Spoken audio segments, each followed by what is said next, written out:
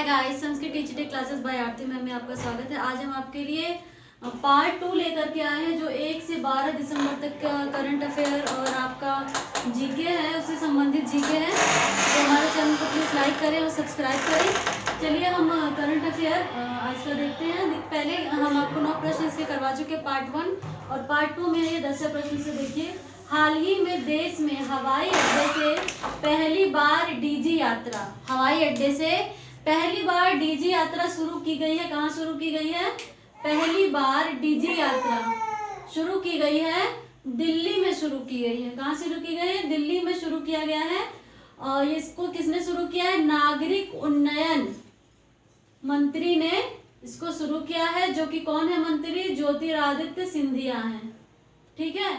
और इसकी खास बात यह है कि इस डीजी यात्रा में आपका क्या चेहरा ही आपका बोर्डिंग पास होगा। क्या होगा?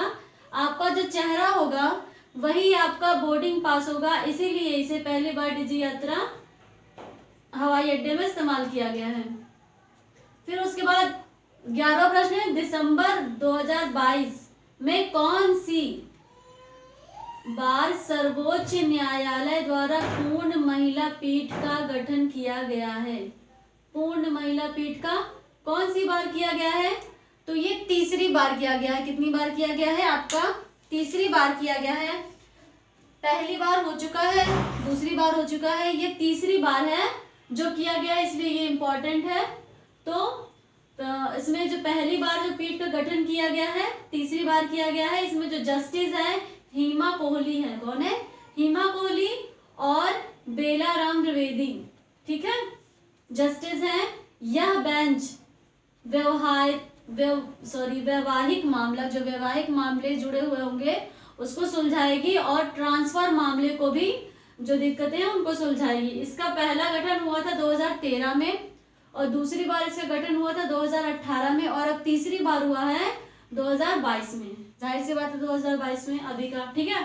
फिर 13वां प्रश्न आपका है, national pollution control day celebrated, कब सेलिब्रेट किया गया है? नेशनल पोल्यूशन कंट्रोल डे कब सेलिब्रेट किया गया है? 2 दिसंबर को सेलिब्रेट किया गया है। इंपॉर्टेंट बात यह है कि ये भोपाल गैस त्रासदी, जो भोपाल गैस त्रासदी हुई थी, कब हुई थी? ये 2 से 3 दिसंबर के बीच जो भोपाल गैस त्रासदी हुई थी, जो 1984 में हुई थी। ये प्रश्न बहुत इंपॉर्टेंट है, इससे जुड़े हुए बहुत सारे प्रश्न आपके पर्यावरण संबंधी है ना, तो इसलिए बहुत सारे प्रश्न इसके आपके चाइल्ड डेवलपमेंट के पेपर में भी आते हैं, है ना। सीटेट वगैरह हो गया, केवीएस हो गया, पीआरटी, टीजीटी, पीजीटी, बहुत इंपॉर्टेंट है ये प्रश्न आपका। भोपाल गैस त्रासदी 2 से 3 दिसंबर के बीच हुई थी, 1984 को हुई थी। कौन सी गैस के रिसाव के कारण हुई थी? ये भी प्रश्न आपका आया हुआ है।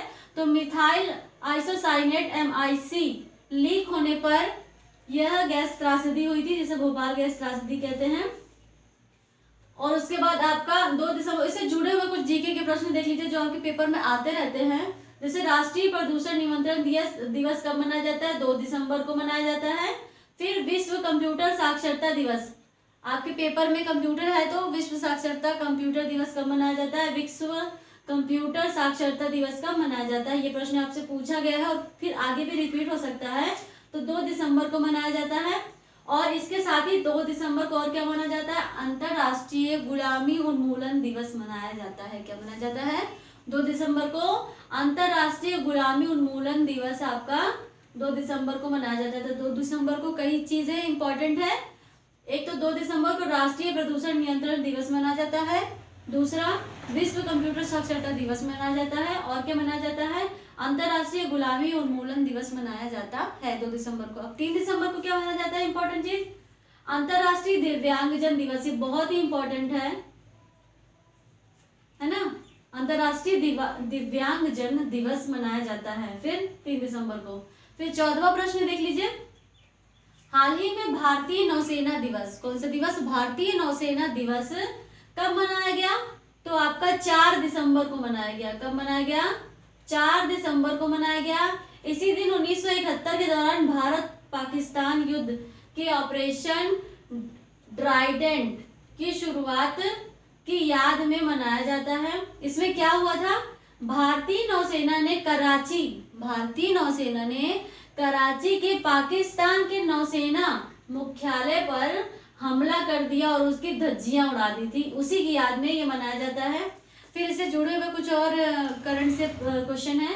वर्तमान हमारे देश के वर्तमान नेवल, इससे जुड़े हुए जो प्रश्न और हैं, देखिए वर्तमान नेवल चीफ ये है आर हरि कुमार है। कौन है? वर्तमान naval chief are Hari Kumar है। और एयर चीफ मार्शल कौन है? विवेक राय चौधरी है। कौन है? विवेक राय चौधरी कौन है? एयर चीफ मार्शल है। फिर आर्मी चीफ, ये बहुत इंपॉर्टेंट है, आर्मी चीफ कौन है? मनोज पांडे जो 29वें हैं। ठीक है, मनोज पांडे आर्मी चीफ हैं। 15वां प्रश्न, हाल ही में, ये बहुत इंपॉर्टेंट क्वेश्चन है, हाल ही में एक जिला एक खेल, वन डिस्ट्रिक्ट वन गेम योजना किस राज्य में शुरू की गई है? इसको शॉर्ट में ODOG यानी वन डिस्ट्रिक्ट वन गेम, ये उत्तर प्रदेश में शुरू हुई है। उत्तर प्रदेश में एक और योजना शुरू हुई थी ODOP, है ना, ये भी यूपी में शुरू हुई थी, वन डे वन प्रोडक्ट। फिर 16वां प्रश्न, हाल ही में उत्तराखंड हाईकोर्ट ने नैनीताल से कहा, हाल ही में उत्तराखंड हाईकोर्ट को स्थानांतरित करने का संवैधानिक मंजूरी मिल गई है। अब इसे कहाँ स्थानांतरित कर दिया जाएगा? नैनीताल के उत्तराखंड हाईकोर्ट को, इसको हल्द्वानी में स्थानांतरित कर दिया जाएगा, इसकी मंजूरी मिल गई है। 17वां प्रश्न, हाल ही में किसे राष्ट्रीय जैव विविधता आयोग का अध्यक्ष चुना गया है? किसे चुना गया है? सी अचलेंद्र रेड्डी को चुना गया है। क्या चुना गया है? राष्ट्रीय जैव विविधता आयोग का अध्यक्ष चुना गया है। किनको चुना गया है? सी अचलेंद्र रेड्डी को चुना गया है। इससे जुड़े हुए जीके के प्रश्न देख लीजिए जो आपके पेपर में आते हैं, बहुत ही इंपॉर्टेंट है, ये आया भी हुआ है और आगे भी आता रहेगा। जैव विविधता दिवस कब मनाया जाता है आपका? 22 मई को मनाया जाता है। फिर उसके बाद और क्या, जैव विविधता के जनक कौन है, ये भी प्रश्न आता है, तो कौन है? E.O. विल्सन है, जिनका अभी हाल ही में निधन हो गया है, इसीलिए ये करंट से जुड़ गया है, ये जीके का प्रश्न है ना। तो इसके जनक कौन है? E.O. विल्सन है, जिनका हाल ही में अभी निधन हुआ है।